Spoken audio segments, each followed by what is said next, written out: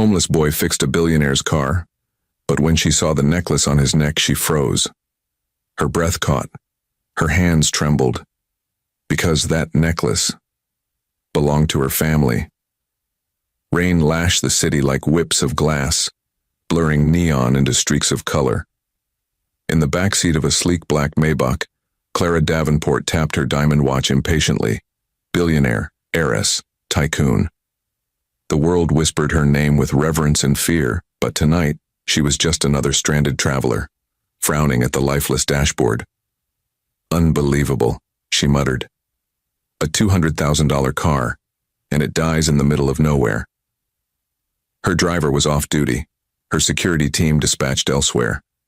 She popped the hood herself, steam hissing up into the rain like a laugh at her expense. For once, her wealth bought her nothing but inconvenience. Then he appeared. A boy. Lean, rain-drenched, shoes worn to paper, clutching a frayed backpack like it was treasure. His eyes were sharp, though, too sharp for a beggar. "Ma'am," he said, voice steady despite the cold. "Your serpentine belt's loose. Alternator's about to give up." Clara blinked at him. "Excuse me. I can fix it, if you've got anything. Pin, clip, string." He held his hands up, careful, like someone used to being mistaken for a thief. Clara's instincts screamed no, but something in his voice, calm, certain, made her hesitate.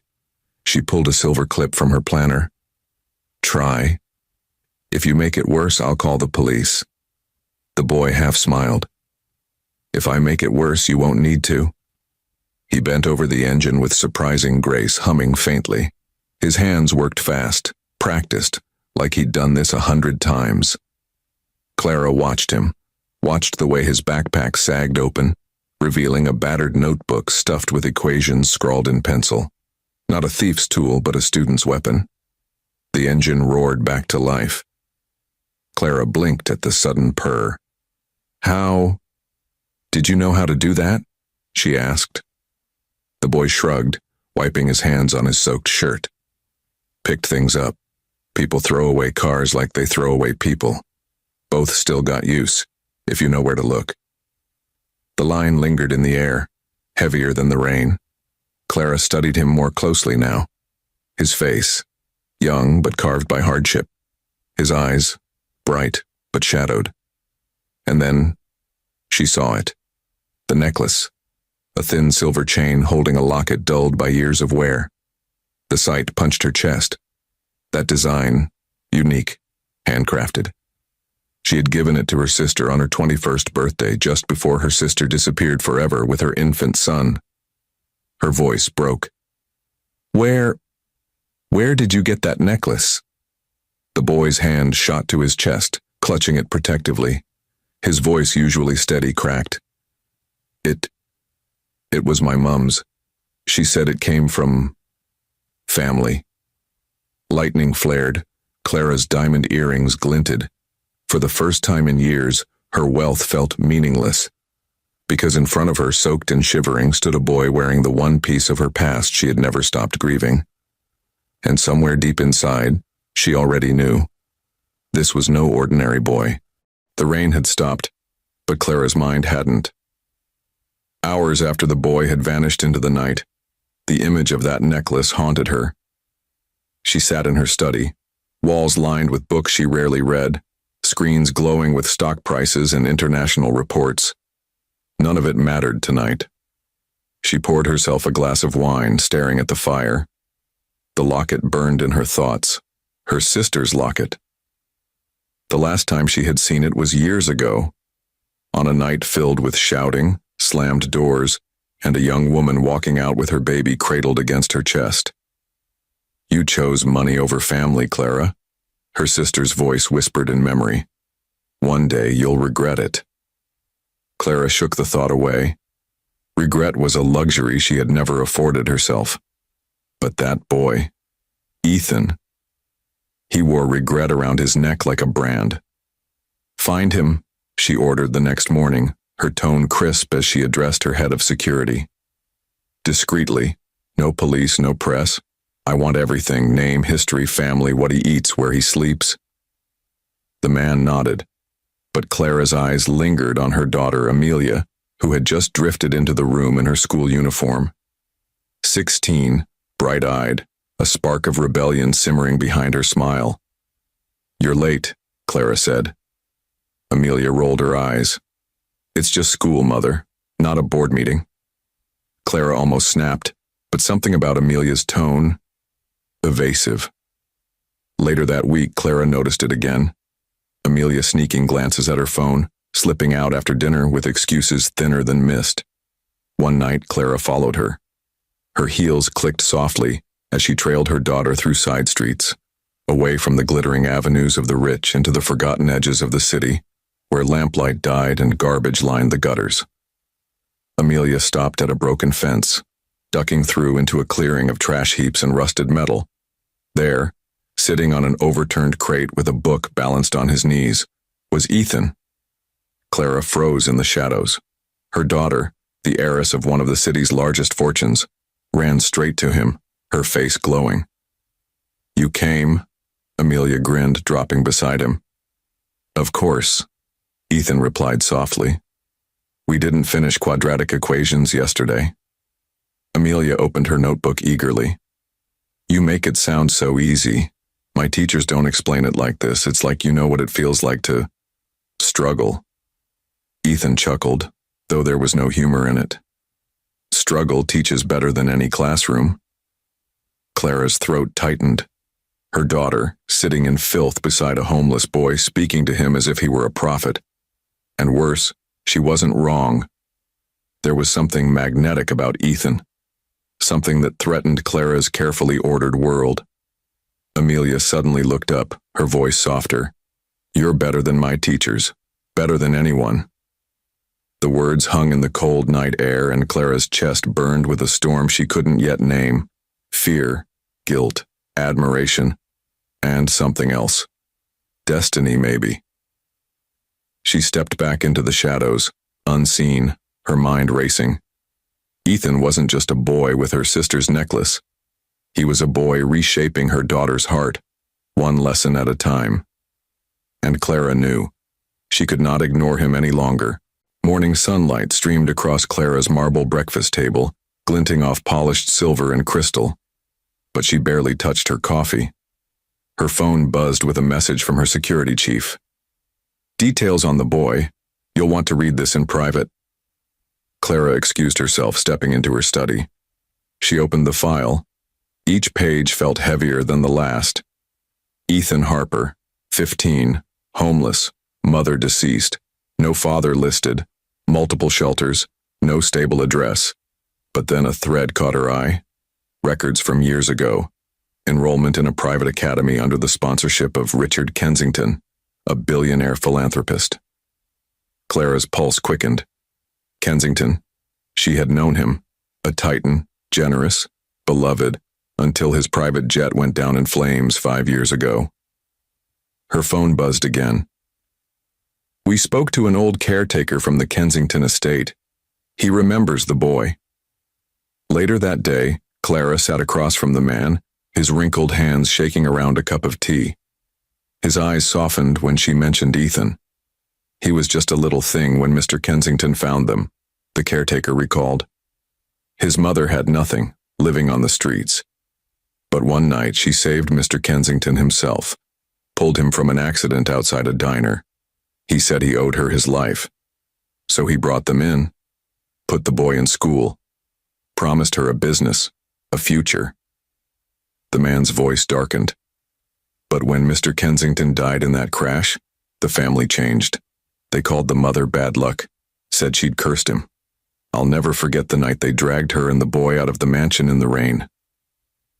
A flashback seared Clara's mind. Ethan, much younger, clinging to his mother's hand as guards shoved them through iron gates, rain slashing down. His mother coughed, shielding him with her thin coat. His eyes burned with helpless fury. Clara's chest tightened. What happened to her? The caretaker's gaze dropped. She never recovered. The cold, the sickness. She fought, but the streets don't forgive. She died 2 winters ago. The boy, he buried her himself. The words punched Clara harder than any boardroom betrayal ever had. Her throat ached. A boy who should have grown up in privilege, in love, instead lost everything, twice. That night, Clara sat alone by her fireplace, Ethan's face flickering in the flames. She saw the way Amelia looked at him, not with pity but admiration.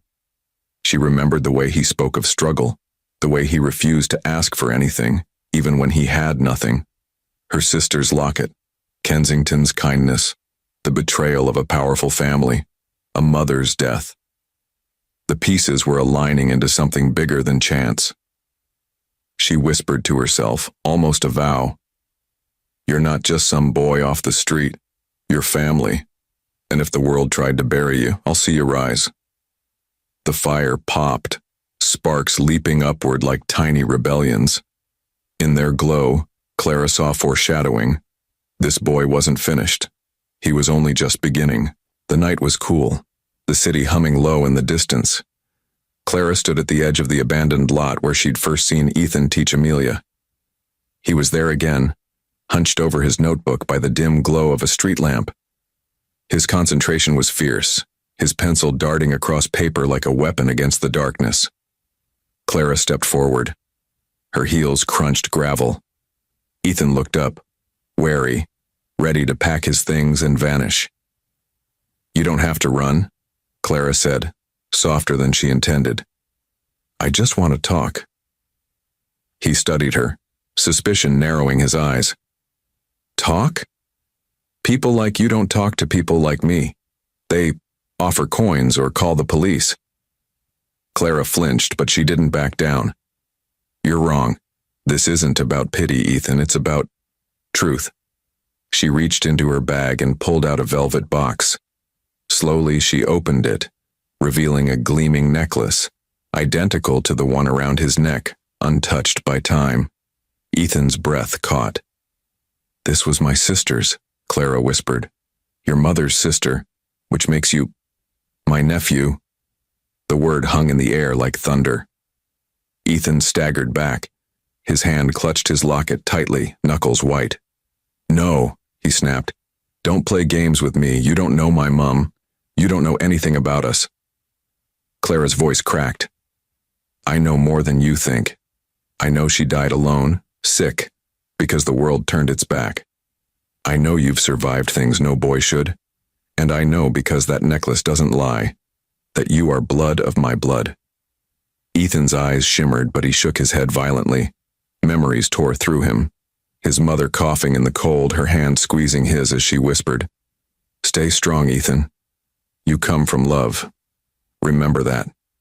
She never mentioned you," he said bitterly. Clara's heart twisted. "Because I failed her. We fought, and I let pride build walls. She left with you, and I thought I had time to fix it. But I didn't." Ethan turned away, voice low. "And now you show up after everything because you saw a necklace?" "No," Clara said firmly. "Because I saw you. The way you taught my daughter. The way you fixed that car like it was second nature. The way you fight to exist when the world tries to erase you. That's not a coincidence, Ethan. That's bloodline. That's destiny." Silence. Only the city breathing in the distance. Finally, Ethan whispered, almost to himself, "Destiny doesn't sleep in trash heaps." Clara stepped closer, her voice trembling but resolute. "Then let me pull you out of them. Let me give you what your mother wanted for you. Family. A chance. A future." Ethan looked at her, eyes burning with a mixture of longing and rage. For a moment he seemed ready to believe. But then he snapped his notebook shut, slinging his backpack over his shoulder. "Family's just another word people use before they leave," he muttered, and walked into the night. Clara stood frozen, pain etched on her face. But deep inside she knew this was not the end. This was the beginning of the fight to bring him home. The Davenport estate was a palace of glass and steel, sprawling gardens and marble floors polished enough to see your face. For Ethan, Stepping inside felt like stepping onto another planet. The chandeliers hummed with quiet electricity. The smell of cinnamon drifted from the kitchen, and the silence was almost violent compared to the noise of the streets. Amelia tugged his sleeve, grinning. "You'll get used to it. Took me years not to get lost in the East Wing." Ethan kept his eyes low. His sneakers left faint marks on the marble. He felt every servant's stare, every polished reflection screaming, "You don't belong here." Clara watched him closely. She had convinced him, after nights of persuasion, to stay temporarily. "For your mother's sake, for Amelia's sake," she had said. But she knew temporary wasn't enough. She needed him safe, educated, protected. Which is why, days later, Ethan found himself standing outside Hillsworth Academy, the city's most prestigious private school. Glass towers, manicured lawns, and gates taller than some apartment buildings. He clutched his notebook like a shield. Inside the principal's office, Clara's voice was cool, commanding. "He'll be enrolled in Amelia's grade immediately. Full access to every program. Treat him as you would any student. Better, in fact." The principal hesitated, glancing at Ethan's worn clothes, his wary eyes. Clara's gaze hardened and the hesitation vanished. "Of course, Mrs. Davenport." The first day was war. Whispers followed Ethan down the halls. "Isn't that the street rat? Clara Davenport's charity case." Some laughed outright when he pulled out his battered pencil case. At lunch, a group of rich boys blocked his path. The leader, Daniel Kensington, grandson of the same family that once threw Ethan and his mother out, smirked. "Well, look who crawled back from the gutter. My grandfather was right. You Harpers bring nothing but bad luck." Ethan froze, rage boiling in his veins. His fists clenched, but he remembered his mother's voice. "Violence makes you theirs. Brilliance makes you free." He said nothing, just brushed past, but that silence cut deeper than any insult. Later that evening, in the estate's library, Amelia found him hunched over a desk, equations spilling across pages. "Why don't you fight back?"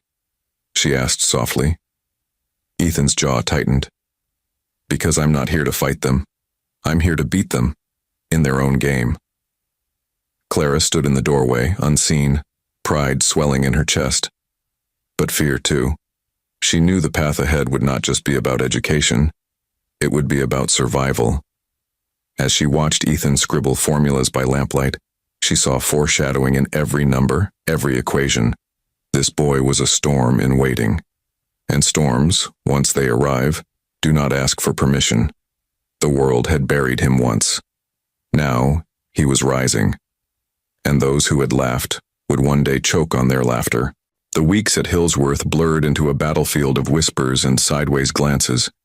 Ethan had grown used to the sneers, the mocking laughter when his old notebook spilled across his desk, the murmurs of charity case that echoed behind him. But beneath the cruelty, he could feel something sharper brewing, resentment with teeth. It came to a head during midterm exams. Ethan had scored the highest in mathematics, shattering school records. For one brief moment, he stood taller than every heir and heiress in that gleaming academy. And that's when the trap was set. One morning, as he walked into class, teachers closed in on him, stern faces and clipped voices. On his desk lay a thumb drive, confiscated, marked with evidence. The principal's voice rang like a verdict. "Ethan Harper, you are accused of cheating. These files match exam papers leaked from the staff server. Until further notice, you are suspended." Gasps filled the room. Daniel Kensington leaned back with a smug smile, whispering just loud enough. "Told you. Street rats can't help but steal." Ethan's chest burned. "I didn't," but the words drowned in a tide of accusations. His classmates jeered, teachers shook their heads. And for a second he was back in the rain years ago, guards dragging his mother through Kensington gates, her voice breaking. "We didn't do anything wrong. Please, my son." The memory twisted like a knife. By evening, Ethan was packing his bag in the Davenport estate, fury and despair tangled in his eyes. Amelia burst into the room. "You're not leaving," she cried. "You didn't cheat. I know you didn't." "They've already decided," Ethan muttered, shoving notebooks into his backpack. "Rich boys write the rules, and people like me, we're always guilty." Clara stepped into the doorway, her presence sharp as steel. "Put the bag down." Ethan's voice cracked. "You don't understand." "I understand more than you think." Clara crossed the room, her tone unyielding. "You are not leaving this house, and you are not leaving that school. Do you hear me?" His fists trembled. Why fight when the game is rigged? "Because that's exactly what they want," Clara snapped. "You don't run, you rise. Do you think your mother endured everything she did so you could quit now?" Ethan froze, her words hitting a hidden nerve. His mother's voice echoed, "Stay strong, Ethan. Remember, you come from love." Amelia stepped closer, gripping his arm. "We'll fight this, together." For the first time since the accusations, Ethan's eyes softened. He let the backpack slip from his shoulder.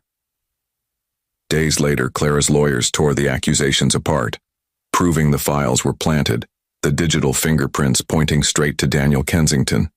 The suspension was reversed, the record cleared, but the damage had been done. Ethan knew now his enemies weren't just mocking him, they wanted him destroyed.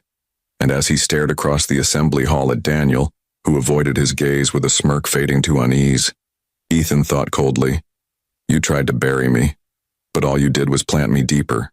The accusation might have been cleared, but the scars remained. Students still whispered, their eyes sharp with envy. Teachers, embarrassed by their own gullibility, kept their distance. Yet Ethan walked the halls of Hillsworth taller than before, his silence now a weapon. The turning point came weeks later, in the grand auditorium. The principal stood on stage announcing the finalists for the International Science and Mathematics Olympiad. Names were read, heirs of pharmaceutical dynasties, tech prodigies with private tutors, and then Ethan Harper. The hall fell into stunned silence. Daniel Kensington's smirk curdled, whispers rippled like wildfire. "That's impossible. After what he did, he's not one of us." Ethan rose slowly, his battered notebook under his arm, and walked to the stage. Every step was defiance. Every breath said, "I belong here."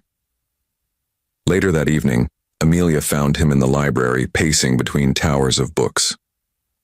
"Are you nervous?" she asked. He laughed without humor. "Nervous is for people who can afford to fail. For me, this is survival." Amelia touched his arm gently. "No, for you, this is destiny." The competition was grueling. Weeks of preparation, endless equations, problem-solving marathons that drained even the brightest minds. Ethan attacked each challenge with quiet ferocity, memories fueling him. Nights on the street, studying under flickering lamplight, his mother's voice whispering encouragement as she shivered in the cold. Clara's vow by the fireplace. "If the world tried to bury you, I'll see you rise." On the day of the finals, the stadium in Geneva glittered with flags from across the world. Cameras rolled, judges watched. Daniel Kensington, humiliated to have been eliminated earlier, sat in the audience, arms crossed, waiting for Ethan to fail. The challenge was announced, an unsolvable equation, a puzzle designed to break even the most gifted minds. Ethan stared at the board, and for a moment, time blurred. He was a child again, sitting beside his mother in a freezing alley, her voice hoarse as she pointed to equations in his notebook. "The world will try to make you small, Ethan. Numbers don't lie. Solve them, and you'll always rise above." His pencil moved, fast, fluid. The judges leaned in, spectators murmured. Minutes stretched, but Ethan's hand never faltered. And then he dropped the pencil. "Done." Gasps. Silence. The judges checked, rechecked, whispered among themselves. Finally, the head judge stood. "Correct. Flawless. Revolutionary." The hall erupted. Applause thundered. Cameras flashed. Ethan Harper, homeless boy turned genius, had just beaten the world's best. Clara and Amelia stood in the front row, tears in their eyes. Daniel Kensington sank lower in his seat, his face pale with shame. As Ethan lifted the trophy, the cameras caught the necklace glinting at his chest. A symbol, a declaration. He whispered under his breath, almost like a vow. "This is for you, Mum, and for everyone who said I'd never matter." The world cheered. But inside, Ethan was already thinking of the next battle. Because victory was sweet, but revenge would be sweeter. The news spread like wildfire. Homeless boy wins global Olympiad. His photo, storm gray eyes, necklace glinting, trophy raised, was plastered across magazines, blogs, TV screens. Overnight, Ethan Harper became a name the world knew. At the Davenport estate, calls flooded Clara's office. Investors, universities, heads of state, everyone wanted a piece of the boy who had risen from the streets. But amidst the praise came a familiar shadow. The Kensingtons. They requested a private meeting, smiling masks hiding their old cruelty. Clara wanted to refuse, but Ethan surprised her. "No," he said calmly. "I'll face them." The Kensington estate was as grand as Ethan remembered, its gates iron jaws that had once spat him and his mother out into the rain. As he walked through, memories clawed at him, his mother coughing, clutching his hand, begging for mercy. He forced them down. In the gilded drawing room, Daniel's grandfather leaned on a cane, his voice smooth. "Ethan, we may have been mistaken. You've proven yourself extraordinary. We would like to support you, bring you back into the family name." Ethan's jaw tightened.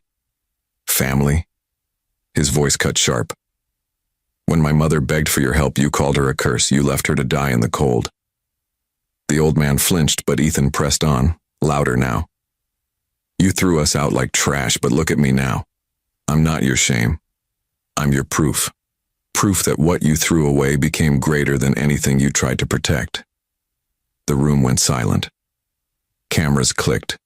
The press Clara had deliberately invited stood in the back, capturing every word. The Kensingtons' faces drained of color. Ethan turned to leave, pausing at the doorway. "You wanted me forgotten. Instead, I'll be remembered. And you," his eyes locked on Daniel, seething, "you'll spend the rest of your life explaining how the boy you mocked became the man the world celebrates." Days later, the fallout was everywhere.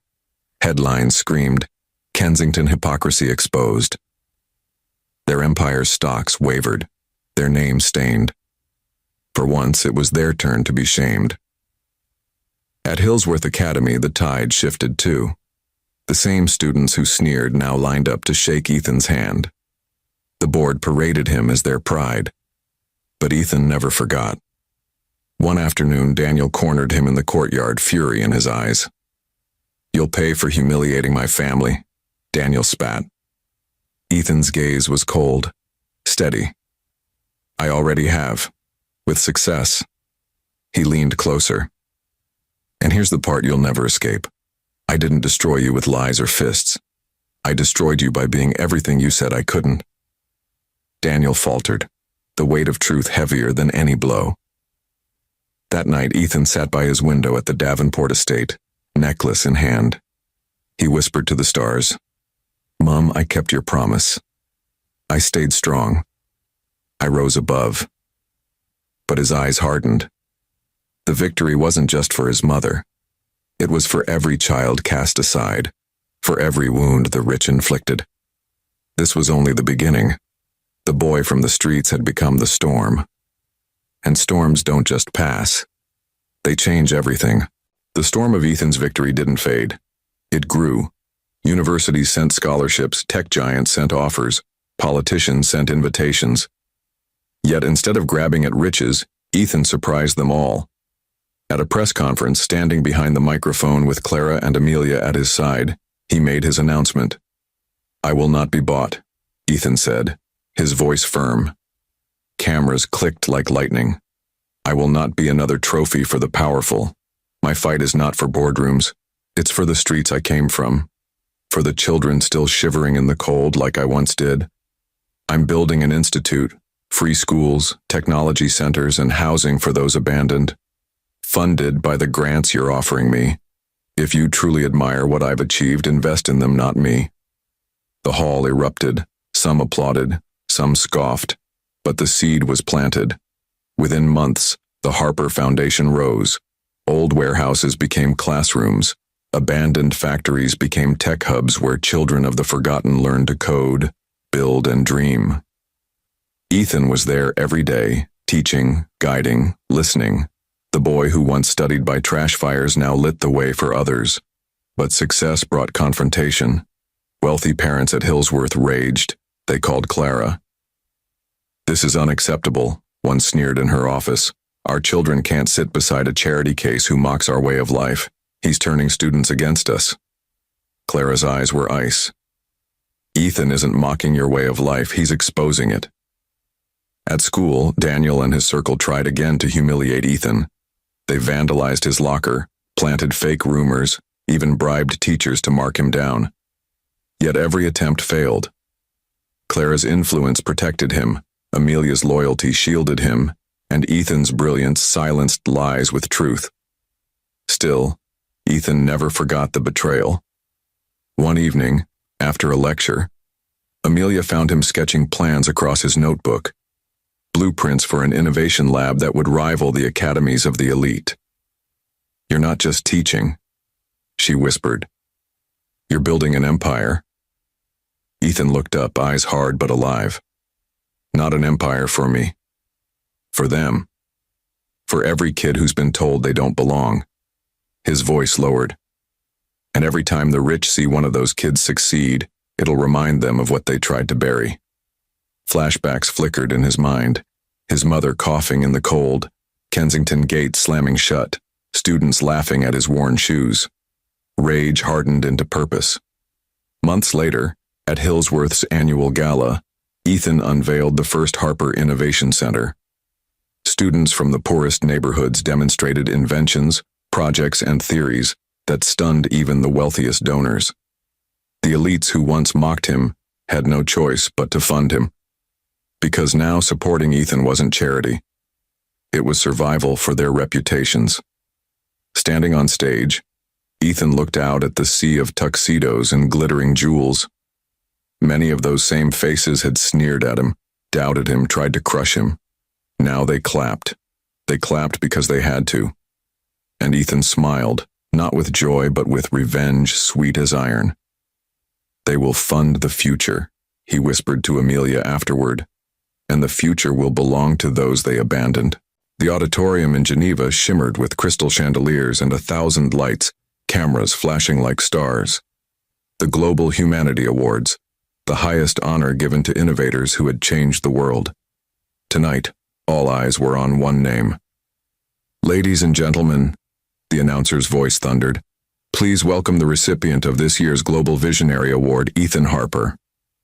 The hall erupted. Leaders rose to their feet. Children from his foundation waved small banners with his name. And there he was, once a boy fixing cars in the rain, now a young man in a tailored suit, still wearing the battered silver necklace at his chest.